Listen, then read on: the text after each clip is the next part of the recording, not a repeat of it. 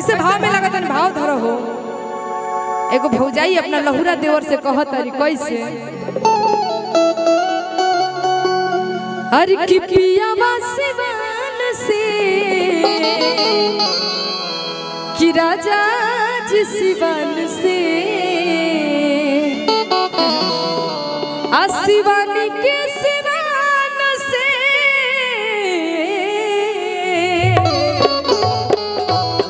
एक बार अकेले एगो भौजाई ना एक बार 4 गो भौजाई एक साथ दिखाओ। आओ लोग ने आओ लोग आओ जा आ जा सब तू सुतल तू लाइन बाय लाइन सुत जा सुत सुत सुत तू सुत ए जे सुत आ तू हो सुत है जे सुत लोग मान लो कि अपने चौकी ह सुत तू सुत हां सुत जा एक लाइन से सुत लो आ चारों भौजाई के हम अकेले ननद है चलो सुत लो पूरा सुत लो ई कौन सुताई हो। हां हां ठीक बा कैसे अब भाव देखी कैसे लगत ऐसा कोनो भौजाई ना होई है लो जो हम करवावत है तो पूरा साथ नींदे में आ गइल बड़ी उठाऊ के बा कैसे अरे कि पिया सिवान से ए राजा जी सिवान से कि पिया सिवान से सुतल रहे के बाद सुते में तो हम लोग आगे बढ़ू लो तो सुतल रहो अरे उठा सना तो साना रहू पियो स कैसे कहे के बाद यूट्यूब वाले भैया कहिए इस बार दीपिका ओझा ने 4 भौजाई को सुला दिया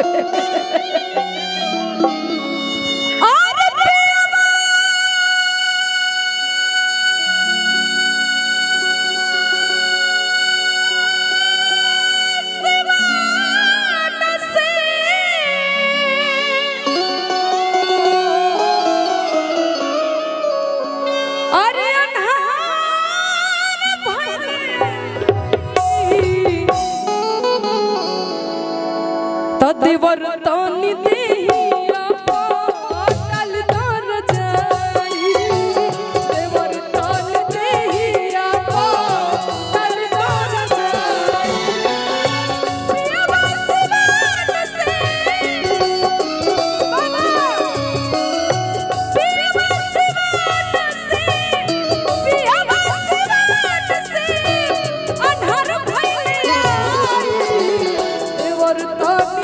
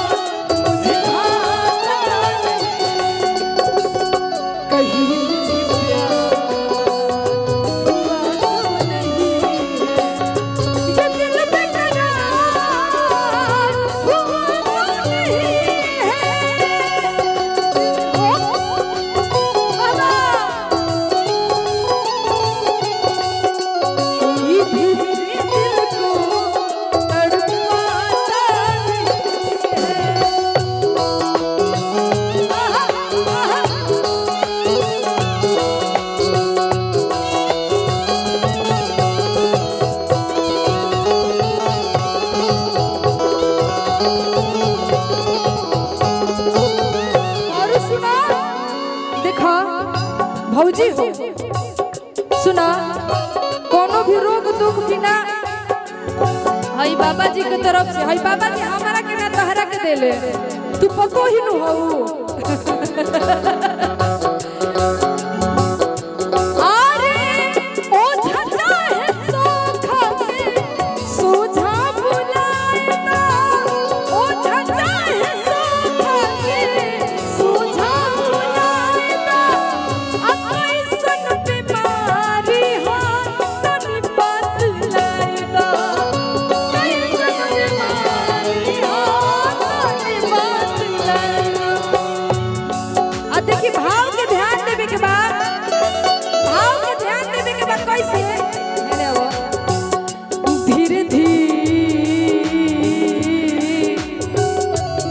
भाव के कैसे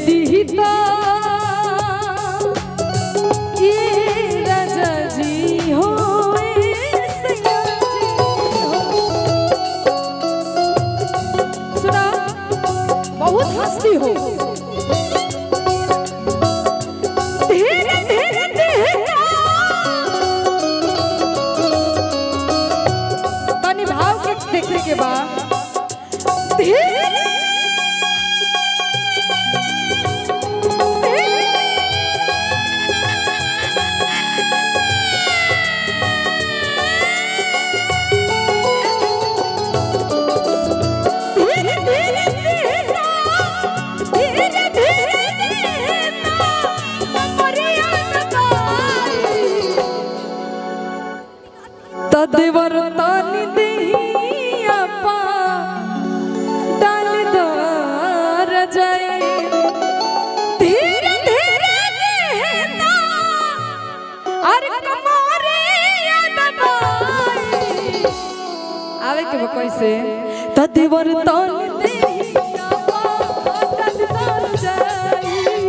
देवर तानी देहिया पा डाल दर जाए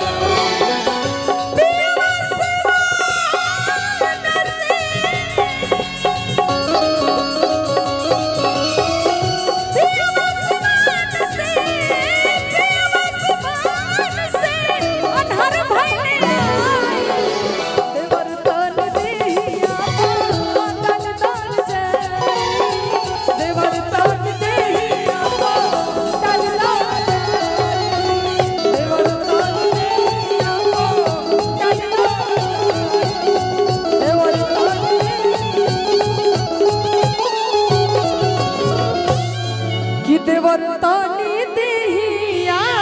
पा कि डाली दौरा जाए कि जब से कमाए गईला अरे सैया देहरादून घर वसूल पर कि जब से कमाए गईला ये भौजी कहत रे जब सैया जी ना आइले घर उतना बुलैला पे भी तो कहा कर कि जब से कमाए गईला अरे सैया देहरादून घर वसूल पर तो घर वसूल पर जवनिया में लागे अब घून घर वसूल पर जवनिया में लागे घर वसूल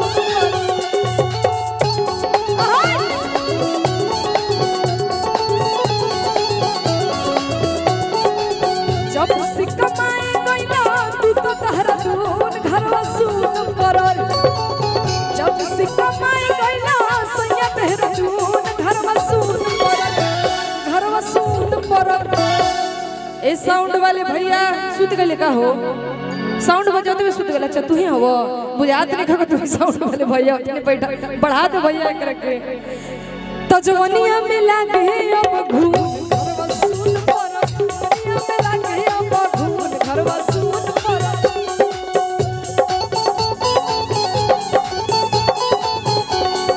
खुद ये राजा खुद ये राजा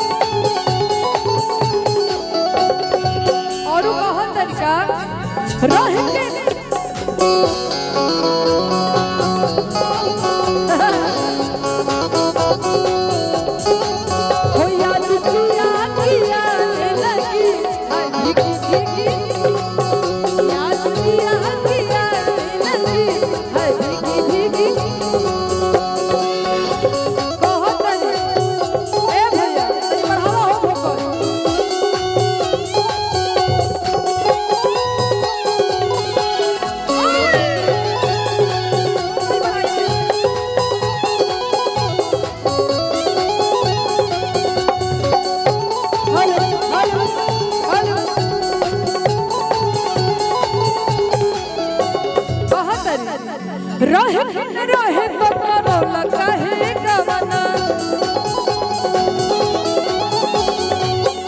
हे देवा मुंह पूरा तनी हम तहार सोरो सिंगार करी रोवता बिछवना रहे के न रहे मगरो लगा है गवना सोरो सिंगार करी रोवता बिछवना सुना तुहरा बिना राजा हमार अरे बीते नहीं जून घर सुन गया तुहरा बिना राजा नहीं बीते मई जून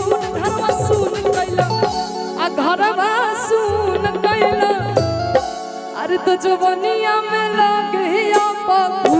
घरवा सूत कैला जवनिया में लगिया बबू